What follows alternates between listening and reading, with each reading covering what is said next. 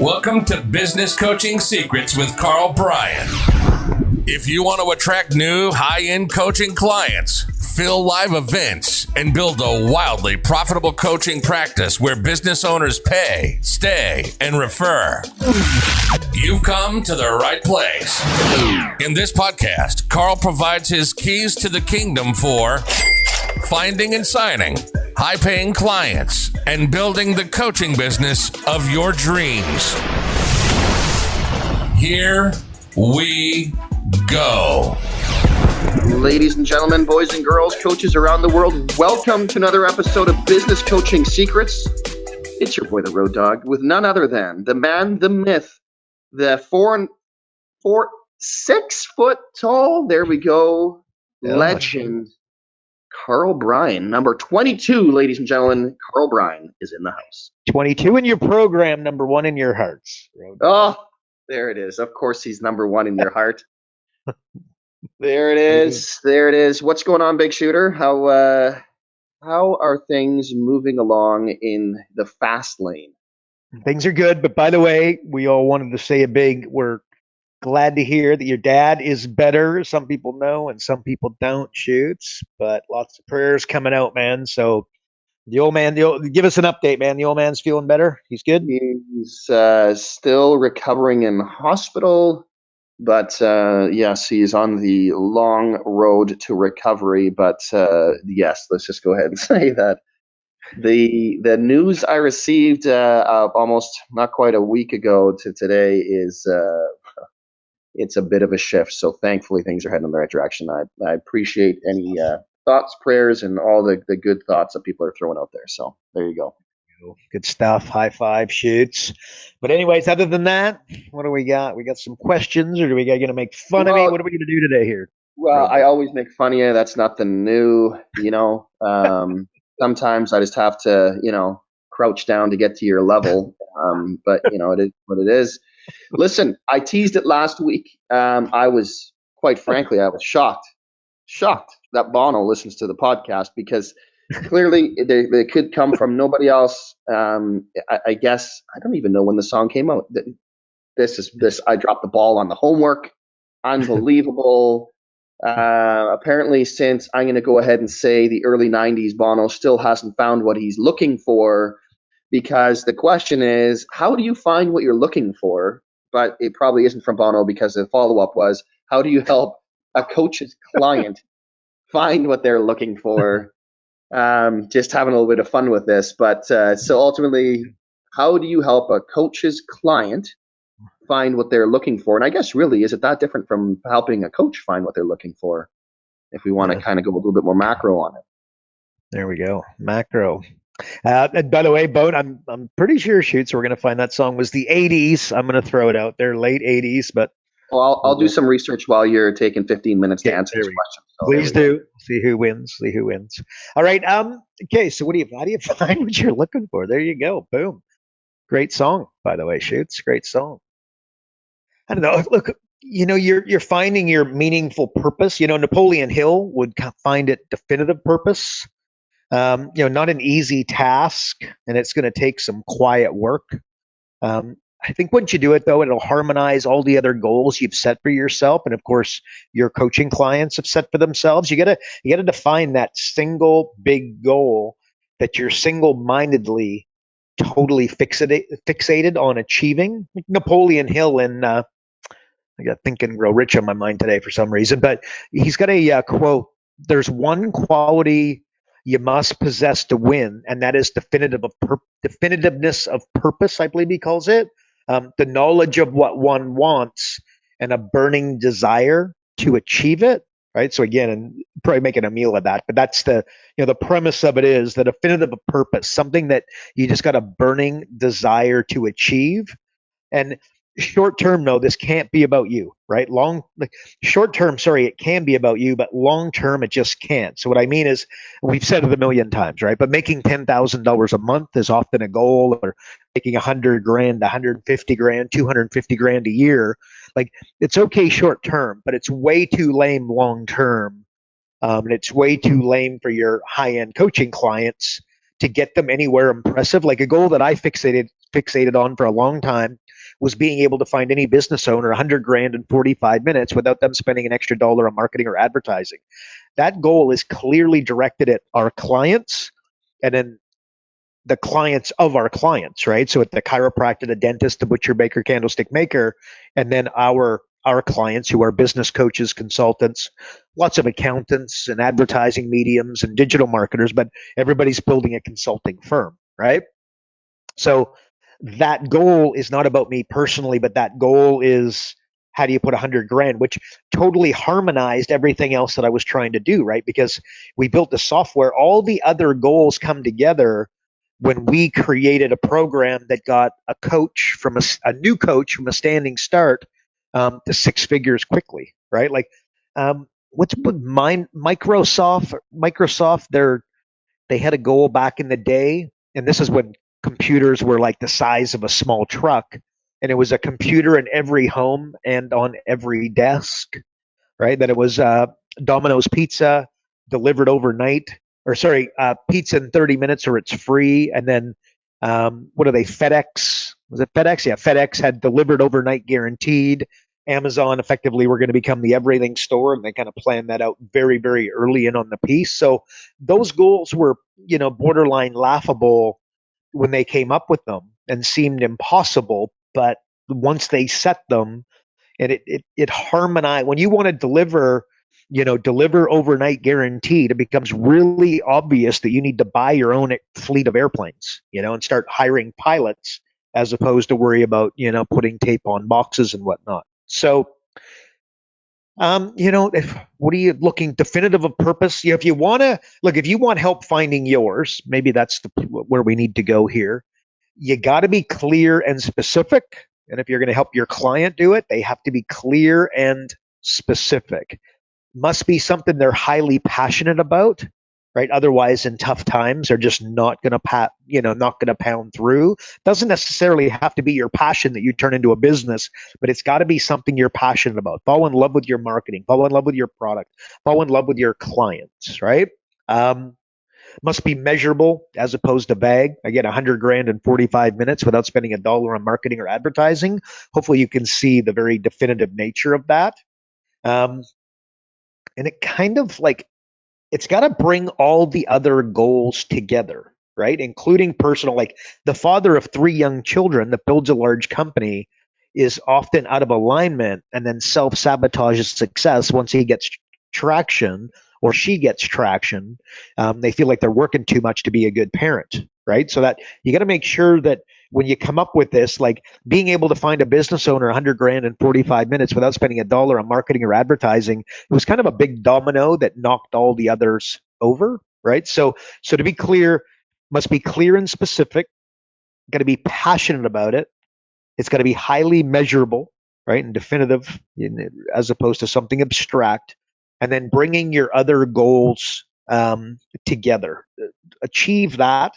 And I think that you're going to be a long way towards helping that client, really, bring together what it is that they want. I would also finish that with, it's got to be their goal. Like how many people have you seen, they self-sabotage success, and you can see later on that it was their parents' goal. It was what they figured their friends wanted for them, or they were trying to impress people that at the end of the day weren't going to be impressed anyways, or their families, and following in, certain footsteps, but it's not ultimately what they wanted. So, it's got to be your goal. I think that's obvious, but again, it's also pretty obvious that a lot of folks, they go in the wrong direction, right, Road Dog? So, I don't know. Good news, you gain total clarity, and you're going to start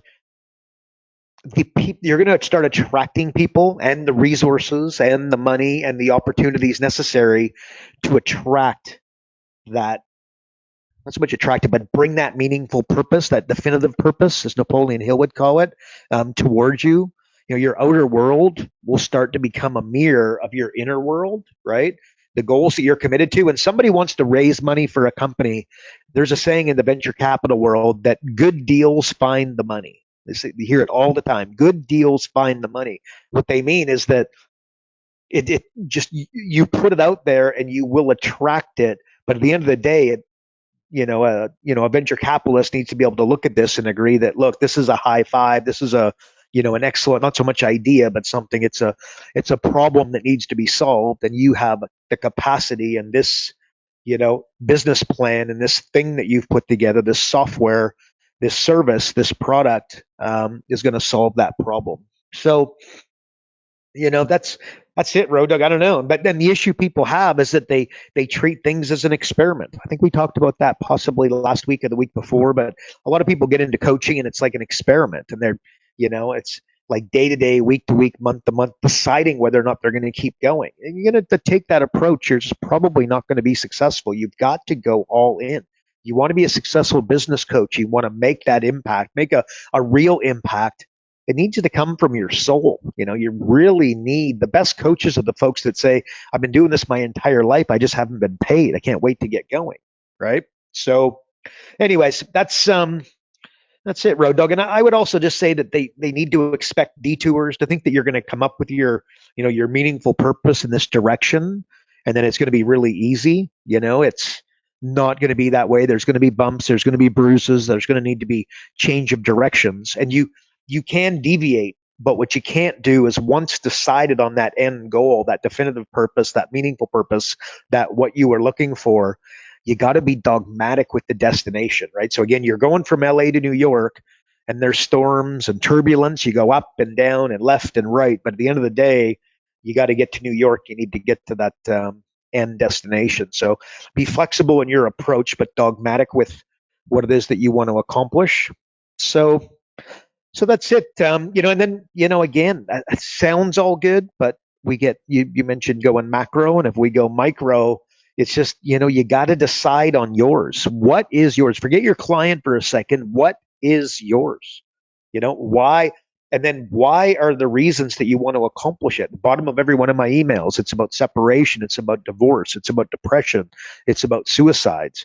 It's about the kids that get left behind the separation, behind the divorce, behind stepdad and stepmom, the suicides. It's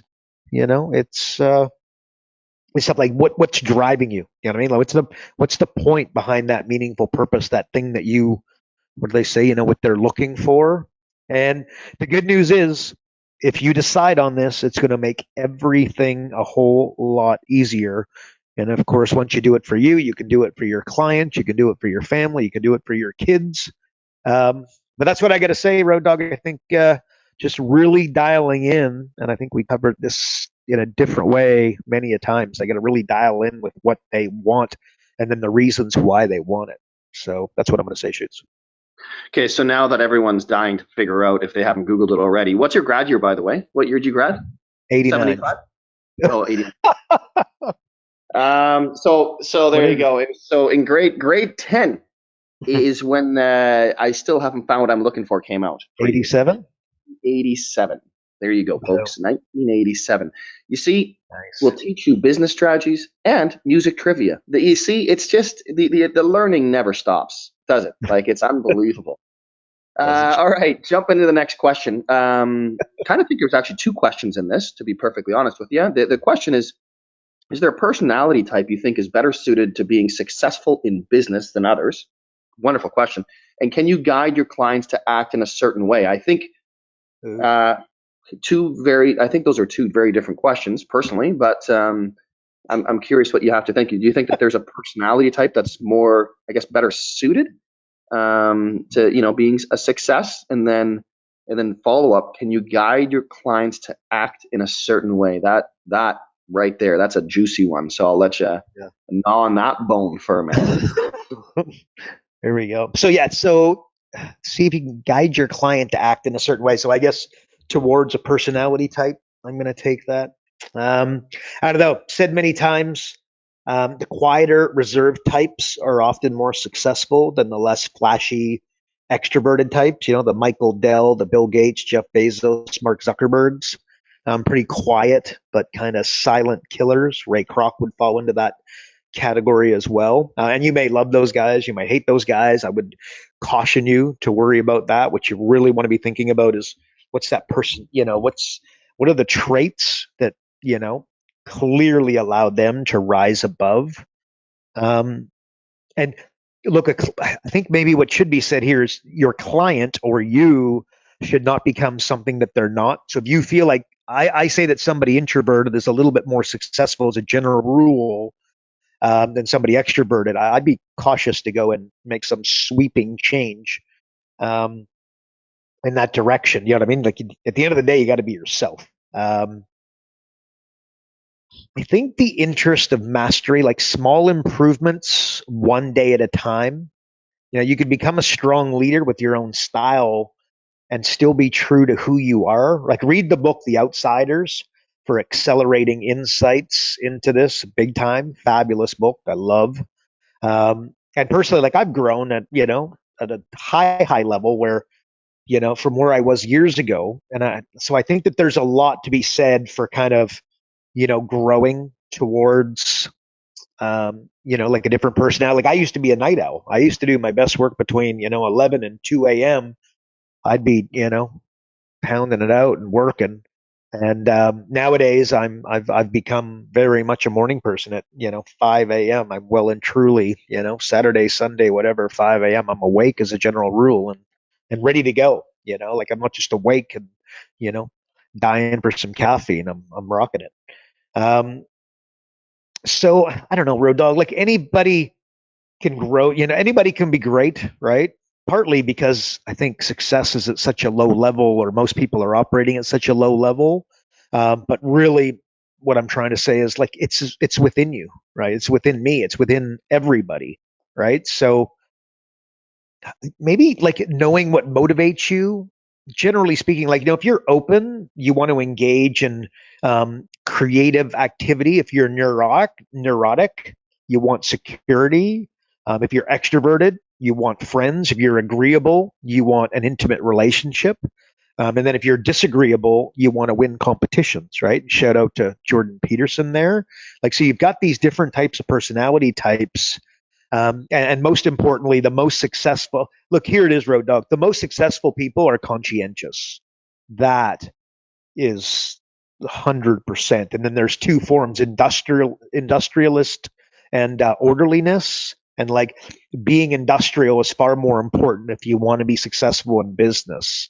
So, create some long-term goals and then take those goals and then break them down into targets to work towards, right? So that would be an example of somebody who's highly industrious, analytical type thinker would be doing, right? And then think situational analysis over psychological analysis. If you looked after your company, what would it look like in 5 years, right? Create a picture of your staff, roles for staff, monthly revenues, amount of work that you need to do, time spent in the office, and then of course turn that around and do that, with and for your clients. Like, what would that look like? The greats will do this same thing for themselves personally, and then they do that so that they don't self-sabotage, like we talked about earlier, right? Like again, you got 3 kids under the age of 6, and you're spending 60 hours in the office, and you want to be a fabulous dad. Again, depending upon what's driving you, but there might be some challenges there, right? So, what would you do? Like, create a framework, I guess, around different aspects like your income, your career, your social habits, your friends, the social circle, and maybe it's circles that you're going to spend time with, your family, your religious beliefs, your commitments, right? Like you want to play, you're still clinging to that dream of being a professional basketball player, and you're playing basketball 4 or 5 times a week, but you want to be this uber successful entrepreneur.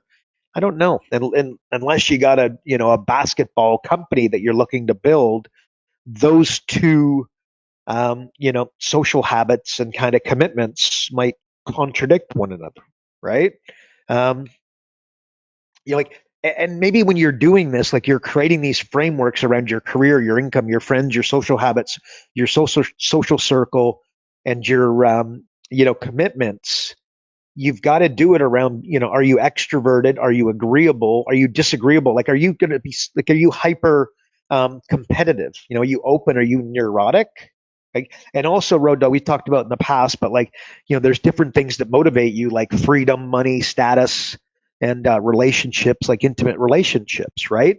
one of those four is going to motivate you a million times more than the others with 100% certainty.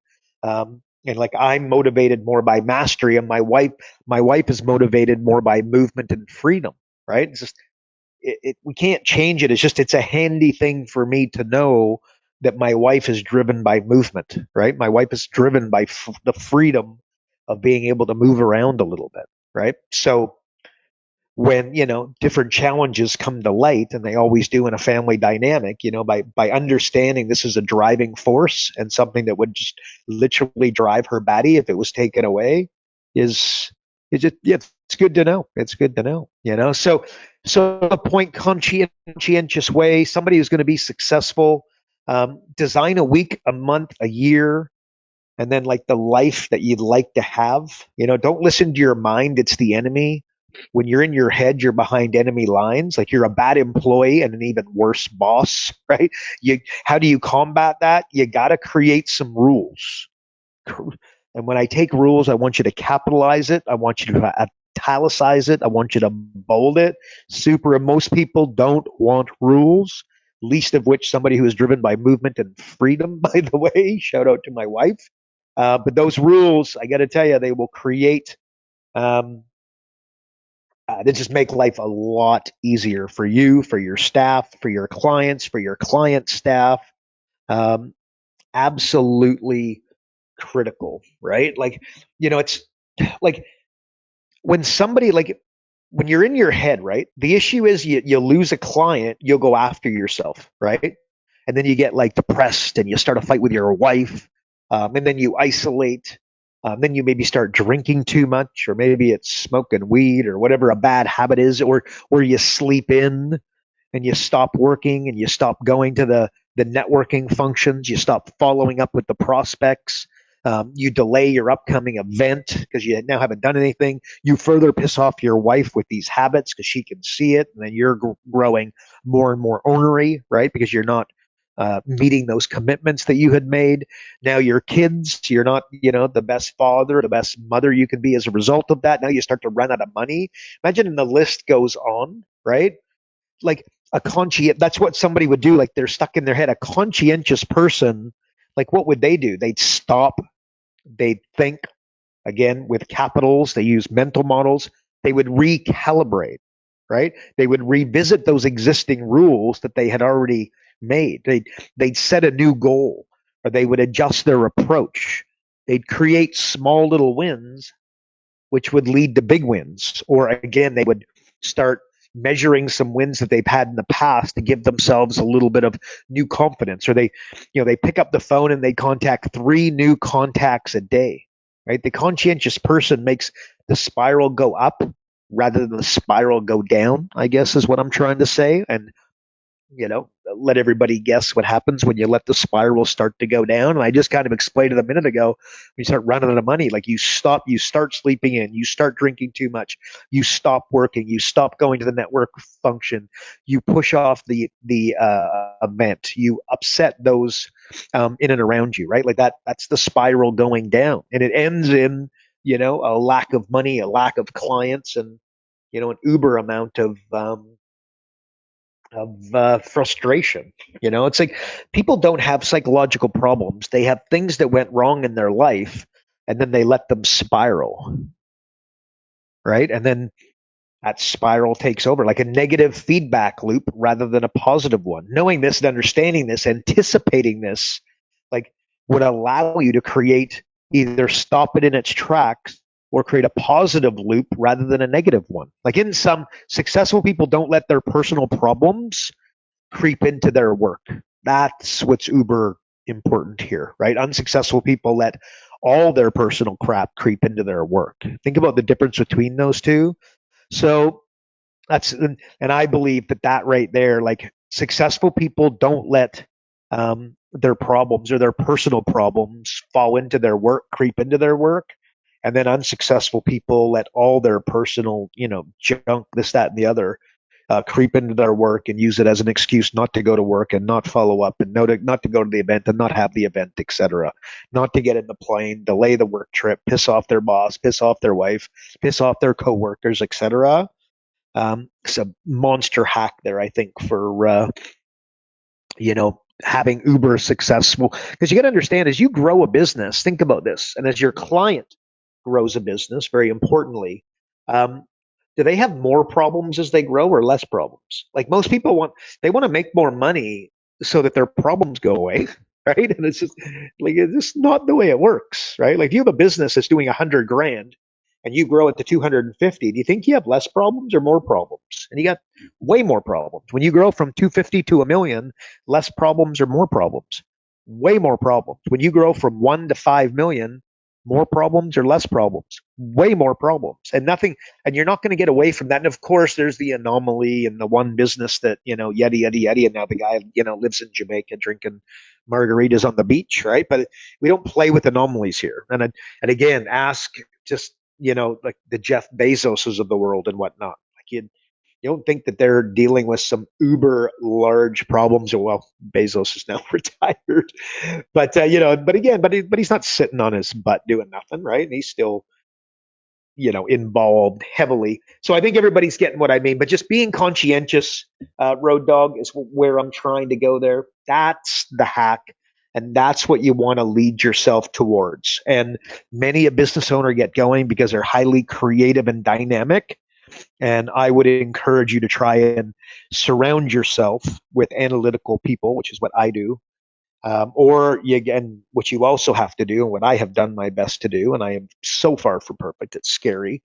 But I have tried to become significantly more conscientious, take on less, just become more diligent, analytical, conscientious, more step by step, as opposed to, a little more creative. That makes, Road Dog, what do you think? That makes sense? You follow? Well, that was quite the rabbit hole. I managed to fold all my laundry. So thanks for that. That was really good. Nice. Your wife will be happy, Shoots. There you go. My wife's gonna love me for that. Listen, you talk about rules, right? What comes to me there is, like, you create rules that are in line with your integrity, and then those rules basically keep you in check. Would that be fair to say? Like, because there's things that sometimes, as you can kind of slip out of your integrity a little bit at times. Yep. So would you say those rules would also kind of help you keep all that in line? Yeah, I would say if you created the right rules, because I believe that there could be good rules, mediocre rules, and possibly bad rules. You know what I mean? Like, so what are the rules? You know what I mean? And the rules are designed to keep you in check. That's exactly it. Like, one of the rules is that you're going to catch up. I'm just trying to think of a bad rule off the top of my head. Good one, bad one. But like, let's say that you like to drink beer, right? And if you drink, like, personally, if I have a beer at like noon, I am hoping, like, that's just not happening for me. Like, I just do not drink alcohol during the day ever. Just doesn't happen, right? Well, it just, you know what I mean? It makes me tired. I can't function at a high level. So if I was meeting up with colleagues at lunch hour in an environment, where a beer could slip in between us, and that seemed like the thing to do, that rule of, doing networking at a bar with folks where beer could slip in would be a bad idea. So a rule to help me, if that was the problem and that's what I wanted to avoid, just a rule that I don't meet at a bar, right? Like, I would be going to Starbucks as an example, as opposed to somewhere where the guy could order a beer and then that would, and I might find one in between us. So the rules should be designed with all of that in mind to keep you in check. Absolutely. If they're the right rules, that's what they're there for. You've touched on it already, and we've talked about it in the past, but did you want to touch on a little bit more, like, about the 4 forces that motivate the average person? You want to dive a little deeper into that? Because, like, I thought it was pretty darn cool. You talked about it with your wife, all that, but yeah, the freedom one. Okay, yeah. Good point. Okay, well, look, there's 4 of them. There's 4 forces that will motivate somebody, and with 100% certainty. By the way, it's going to be money. You could use different words for these, but money, status, freedom / movement, and relationships, right? So and one Like most people will feel like there's a couple that are like, standouts for them, but there's one that'll stand out like nothing and really, really drive you at a high level. And if you want to know which one that is, just think of the one that if taken away would drive you absolutely batter or sorry, batty, right? Batter. That'd be kind of lame. Drive you batty. That's the one for you. And by the way, that's the one for your client. So understanding this and what drives them will help you. Like again, like my movement and freedom motivates my wife, right? So understanding that makes my life a whole lot easier. If I didn't understand that, and by the way, and I'm not the guy that wants to be moving around and traveling and packing and like Europe, like one thing, like when we go on a holiday, I've got a rule. I want one flight, right? I just connecting flights and I just do not get along. It doesn't make sense to me. And my reasoning behind that is how I'm going to go on a holiday with my family. I could just drive. It's dependent upon where you're at, but we could drive a couple hours and be, and you know what I mean, like the most beautiful place ever, right? Well, if I'm getting on a plane and I'm doing a connection, I feel like by the time I get there and by the time we get back, we wasted at least half a day, if not an entire day of our holiday at the airport.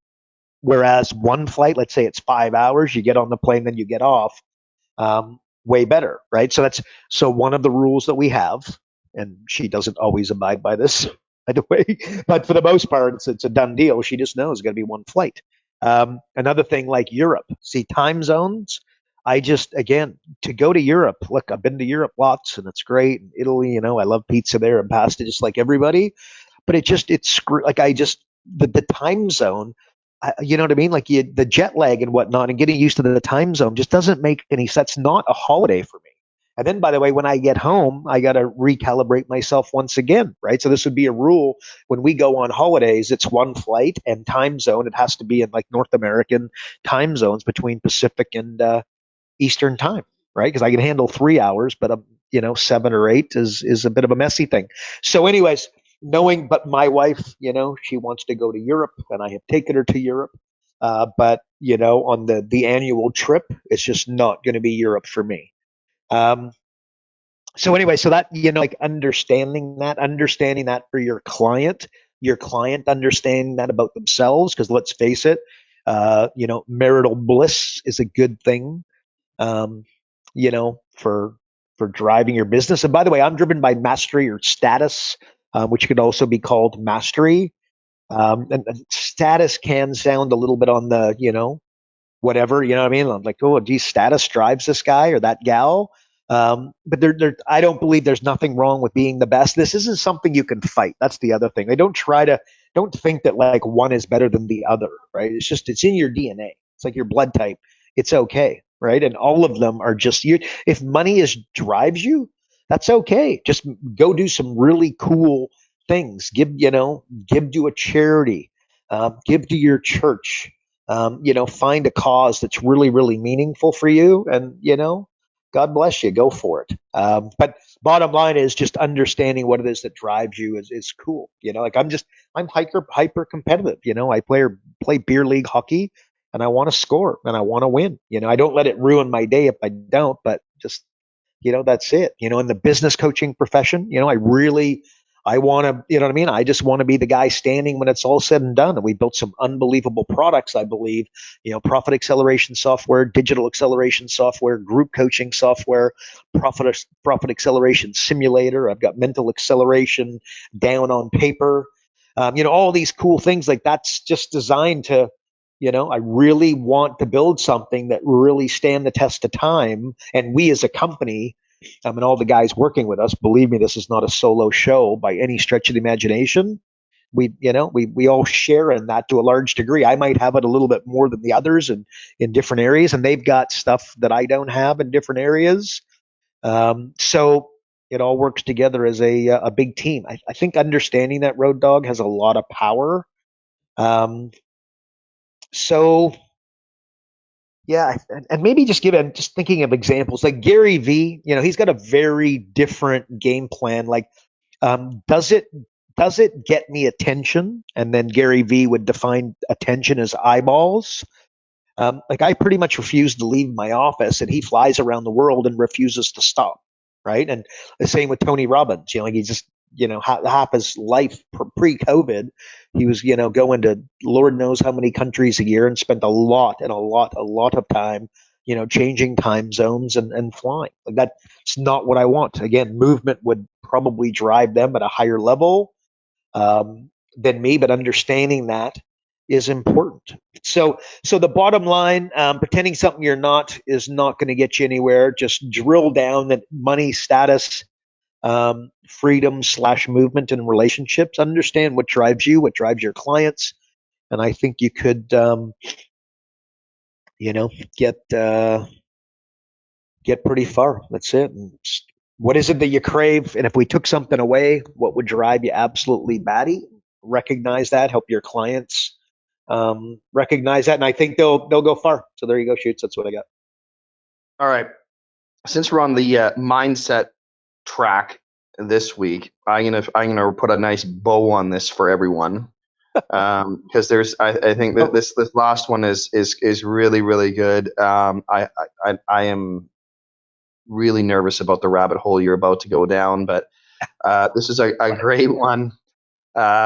How do you help someone control that monkey brain of you're not good enough? Like, this is such a huge question, but I'm curious because like let's get the Karl Bryan take on controlling your monkey brain of you're not good enough. I like that. You guys been listening to Tim Ferriss. We'd all like to eliminate that guy for sure, the monkey brain. I think of it as you and all of us have an inner Jekyll and Hyde, is what I'd say, including Jeff Bezos, who retired at, I think he's 57 with about 200 billion. That's billion with a B in the skyrocket, which is pocket if you're not from Australia. So there's two parts of your brain. Think of it as the big you and the little you. The only question is who is winning. Is it Jekyll or is it Hyde? And at any given moment, one could dominate the other. Like as a frame, little brain wants to argue about nothing. And then I would think as a frame, big brain wants to change the world, right? Hard to please those two at the same time. If you look closely, you can sometimes see, like literally see somebody have an argument with themselves, right? Like you ever see somebody get angry, or maybe you've done it, right? And like, why did I argue with my wife when I promised I wouldn't get triggered again? Like, why did I have that drink when I said I wouldn't? Why did I skip that networking function like we were talking about earlier? You go to meet with a client, you're like, why didn't I practice my script? You go to do a presentation, why didn't I practice my open, my close? Like, why didn't I do that, right? Why didn't I send that document? Why did I stop at McDonald's? Why did I drink the Slurpee? Not make the call or whatever. Or maybe a more, a dramatic example is like, someone who's stopped drinking for a long period of time because they had a problem with it, and then they went back to it, right?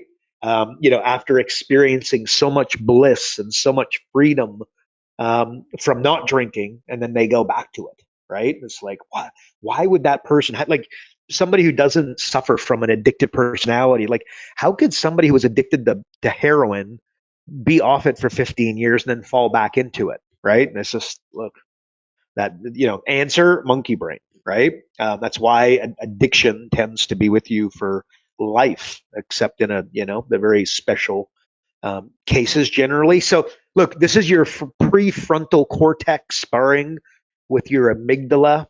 So when you stop at McDonald's or drink a beer on Tuesday when you promised you wouldn't and wonder why the heck did I do that, that's the little you winning over the big you.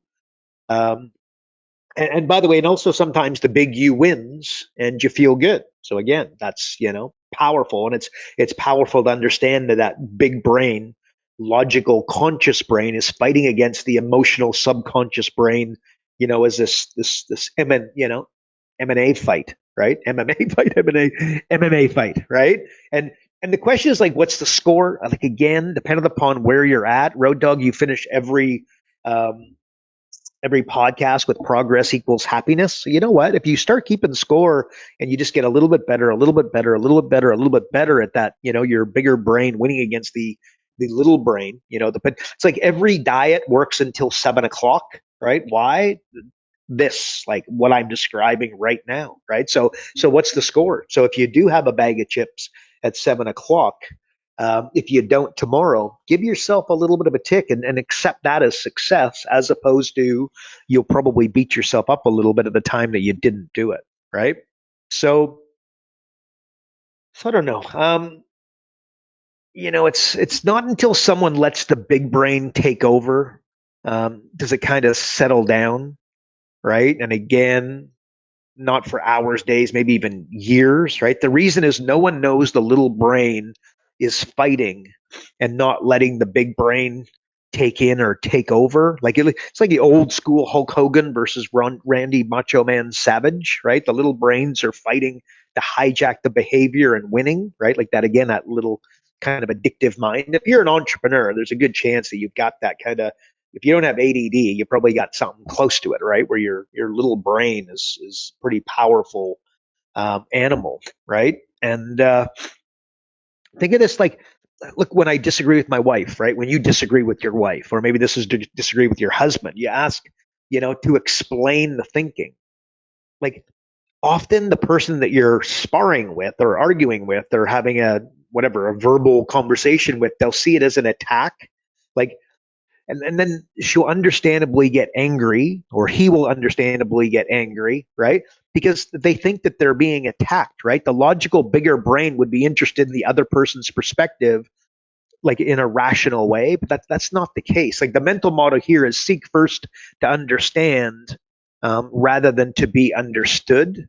But there's nothing rational about that little brain. So your little brain is not interested in mental models.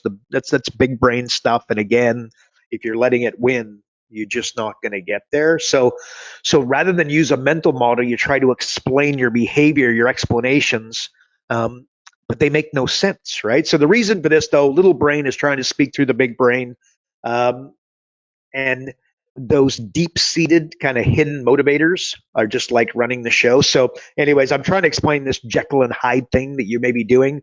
Most importantly, that your clients, are applying on a regular basis. And it's, it's a bit of a battle. And solution in plain English, you must not let your need to be right overpower your need to find what is true, what is really true, like in this situation. And that's me channeling my inner Ray Dalio right there. So again, you must not let your need to be right overpower your need to find what is really true in that situation. Then what is really true in the situation, right? Like search for that, and your life is going to become a million times easier. Like understanding that it's true that my wife is driven by movement as opposed to something like security is a liberating thought and very, very powerful, right? And bonus point here, by the way, life is a mirror, and as you start to use your big brain more and you allow it, help it to overpower your little brain and your emotional brain, those around you, like your wives, your husbands, your clients, your staff, and your kids, they're going to start to do the same. You'll absolutely see this in your intimate relationship with your wife or your husband, right? So again, the more you do it, life becomes a mirror. So put that big brain out there. Like bottom line, what I'm trying to get at here, your biggest hater you need to overcome is who? And that would be you, right? That little emotional and irrational individual.